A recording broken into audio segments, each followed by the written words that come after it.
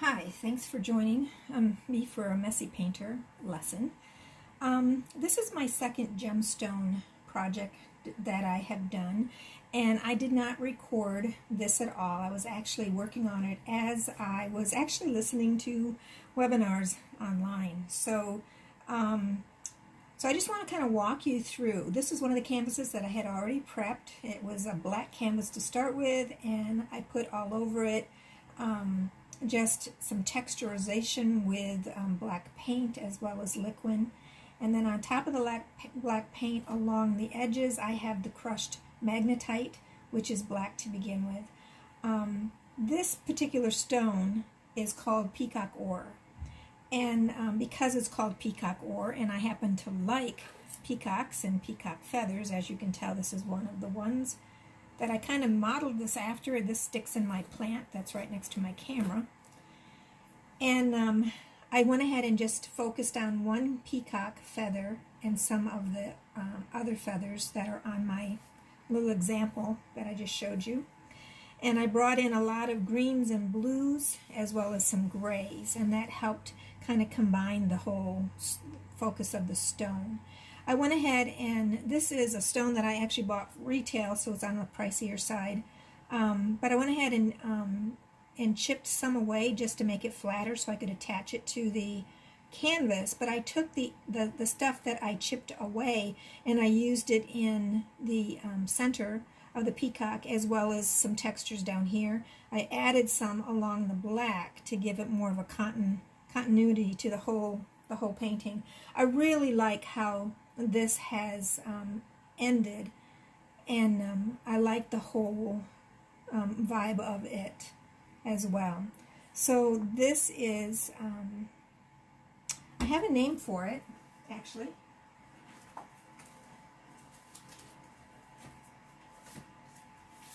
And I'm trying to take note of everything that I'm doing because I'm adding so much more to it.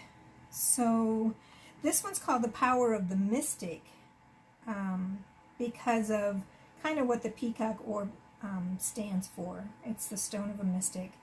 And so I just liked the whole vibe of the painting with the peacock ore. So that's what this is called. And this is completed. I have 2 coats of gloss protector on it, and I'm just kind of now waiting for it to dry. So that's one of my second gemstone project.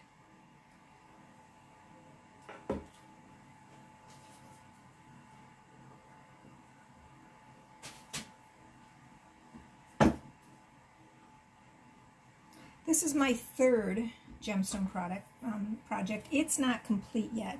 It's going to be called Creative Flow. And the main stone, which is not hooked, is called, believe it or not, Dragon's Blood Calcite. And this is what it looks like. I don't know if you can see it. But it's going to go about right there, and just kind of, I'm going to do some chipping on it so it's a little bit flatter, and I think I'll take some of that, what I chip off, and kind of disperse it through down here. So, but it's going to go kind of about right there. But it's a pretty heavy stone, so I need to really get it flatter so there's more contact with the canvas. But the reason I really like this, and of course this is my third canvas that I started with black, and then I have the texture with the thick black paint as well as the magnetite on the sides. I've done some things to kind of take the color out to the sides. I didn't like it, so I went back over it with some black glazing and kind of dulled that down. And so now I like it. I like the flow of it. I really like it. It has 1 coat of the gloss protector on it, so I need to do another coat before I attach that gemstone. But one of the things I found when I looked up the Dragon's Blood calcite, it says that the calcite feels ancient and full of rich wisdom. It is said to energize and motivate, and is believed to release stress, anger, and fear, especially old stuff rooted in the past. Its ability to release heat can be applied to the inflammation of arthritis and so forth. And the reason I read these, I pretty much don't care kind of what they say, because I choose a stone based on what resonates with me. But it kind of helps me to understand why it might be resonating with me, and how I can set my intention when I paint. And setting intention is a very powerful thing. I did a lion 3 times. And the first time was during worship, and the second 2 times for at home, because 3 people wanted to buy the painting. And the one for worship was done. It came across as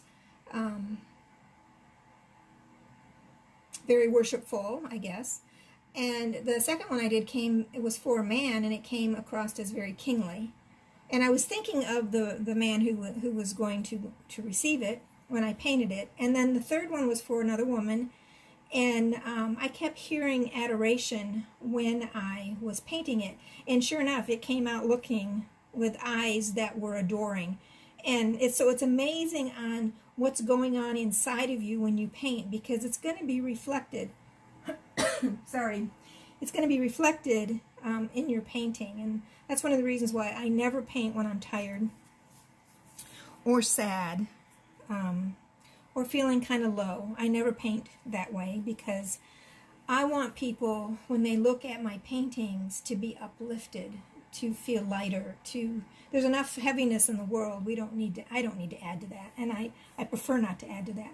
So this was my 3rd project, almost done, but not quite.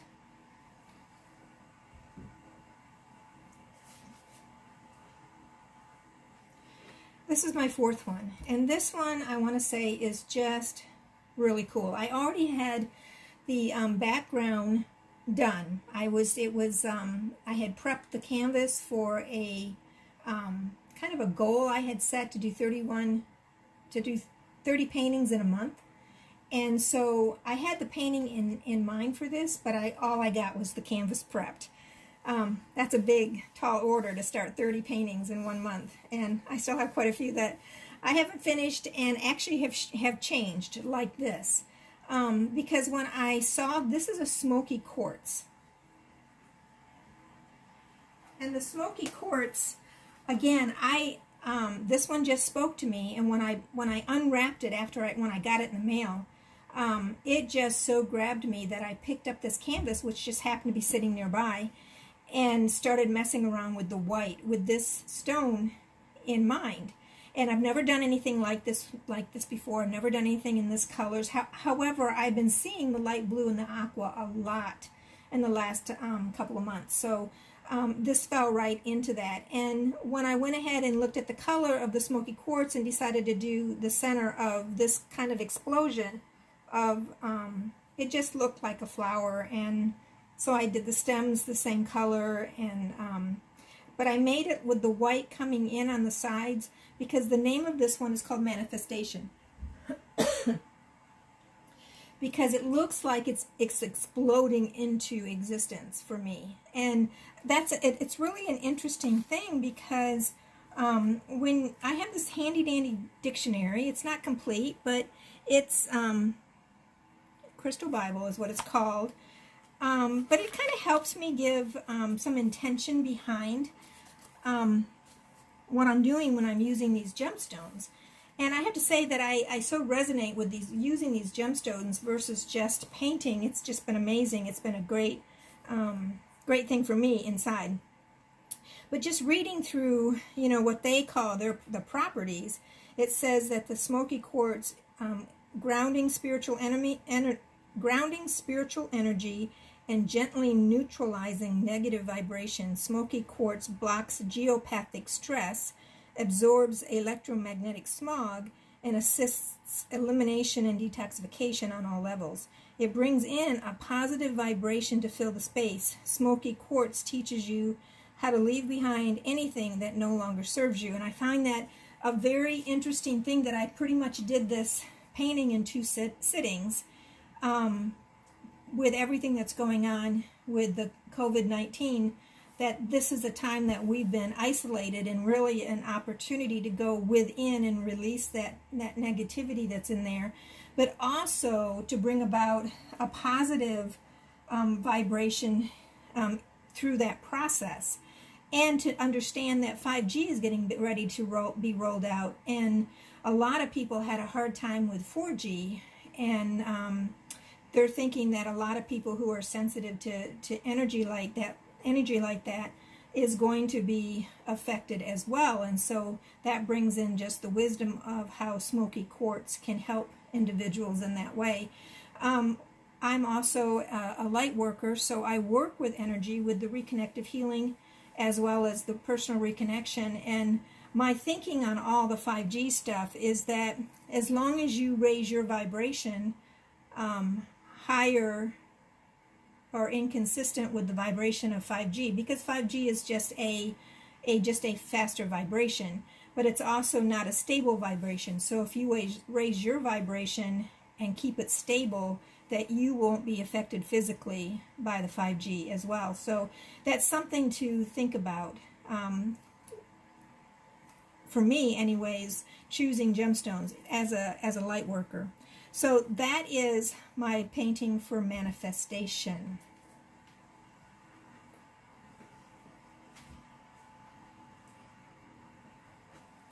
Now I talked about, I'm not going to say much about this stone because I haven't looked it up.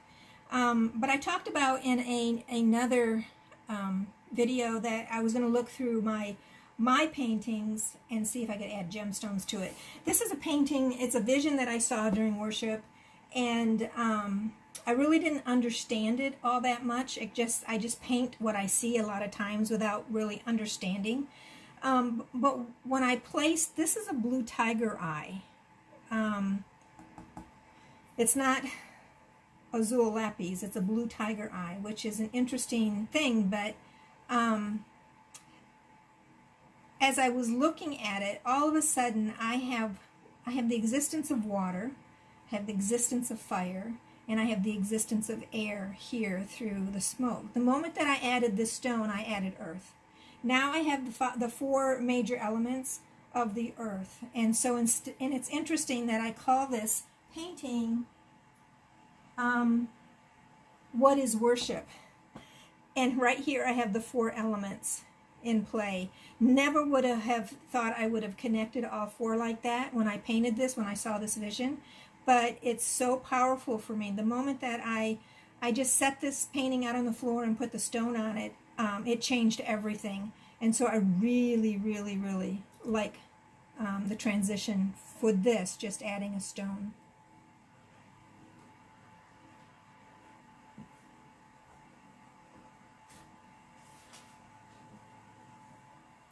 So this is another one.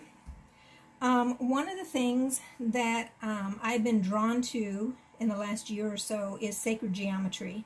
Again, I don't understand it all. I am doing a physics course through the Residence Science Foundation, which anyone can sign up for free and go through the course.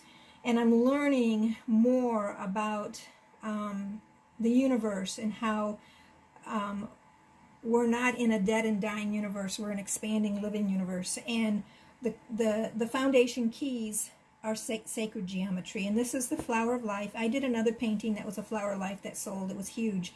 I had so much fun doing it. It was based on a vision that I saw. And so this one again, I just picked up a canvas that I had kind of prepped for no reason. And I decided to practice doing this, I'm calling it the Wheel of Life. And right in the middle of it, I put an azurite, just a chip of azurite. This is actually from a ring that I had purchased 4 years ago. That it's because it's crystal, I just bumped it too many times and it just kind of crumbled and came out of the setting. And so this is just azurite. And the reason I had the ring for azurite is because when I was in the gem store, and this was in Eureka Springs, Arkansas, it said that it was a stone for artists, and that's what grabbed me. Was that, oh, it's a stone for artists. I think I'm going to buy that.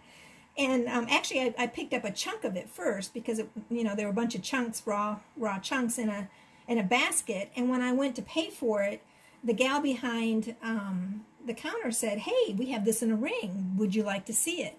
And I said, sure. And it was on the pricey side. You know, when you buy gemstones retail, they're pretty pricey. But I just fell in love with it, and I wore it almost every day. And I have another one. I actually contacted the store and say, hey, find me another one. And but I'm at home and I'm doing art, so I don't wear a lot of my jewelry when I'm at home. But I just love the whole effect of this. I'm calling this the Wheel of Life, but for me to have the azurite stone in the center speaks volumes. Hopefully it will speak volumes to someone else as well.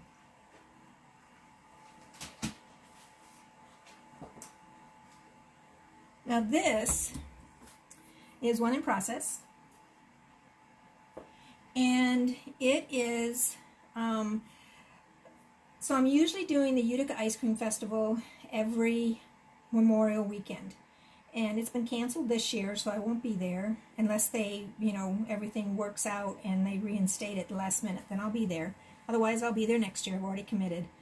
But they wanted you to, you know, kind of paint at your booth, do your craft at your booth. And for me to do oils, it's kind of tough. So, because you can't really finish anything right there, at least for me. You have to let it dry. You have to if you're going to do layers, like I do glazing layers, it takes time. So I decided, well, I'm going to take my acrylic paints and just see what flows. And this began as just acrylic paints, just flowing. And then I came home after the festival, and I decided to do my oil glazing on top of the acrylics, just to give everything depth.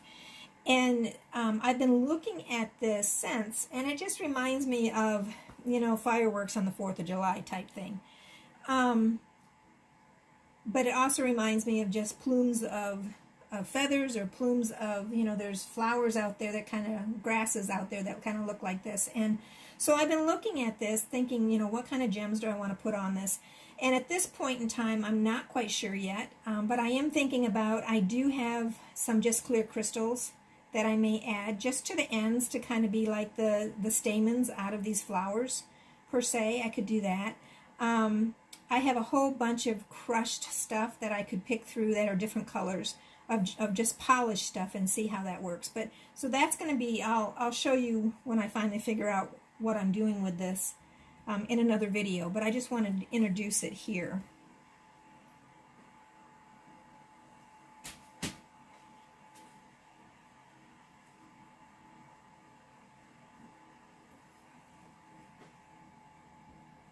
Now this one is from an ongoing project video you've been watching.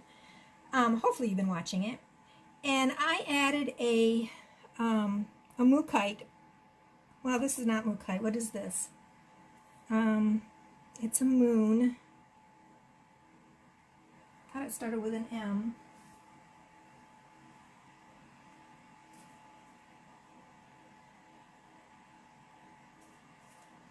Maybe it's a moolite. I don't know. I'll have to check this one out.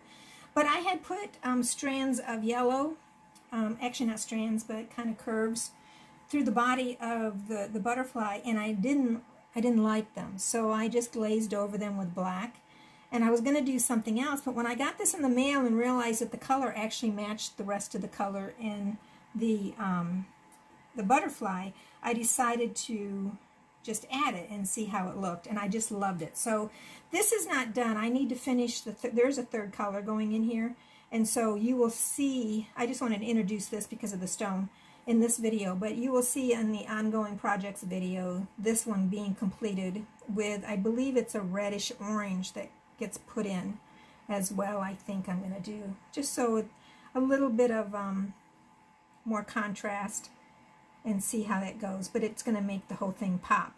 So I'm going to, of course, you know my like of that word, pop. So there's that.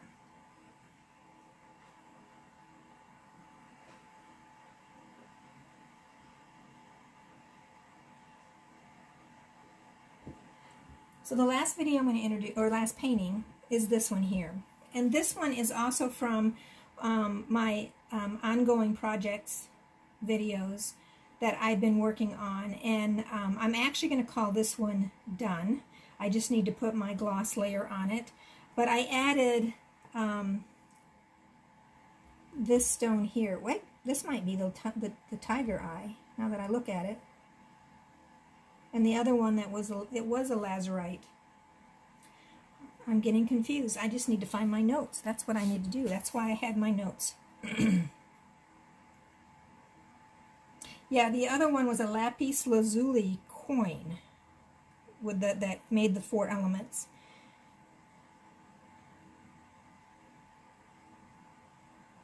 And then this one is called the blue tiger eye. This is a blue tiger eye coin.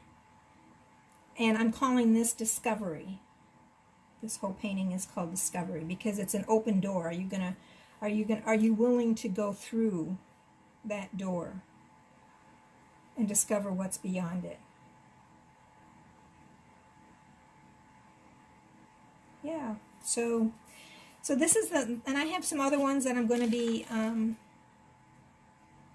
that I'm actually working on, and I'm doing videos of the progression of them. So watch for those. There's one with a beautiful druzy quartz heart, auric heart, that I think is going to turn out amazing. So thanks for joining us on A Messy Painter, and watch for more videos. Thanks.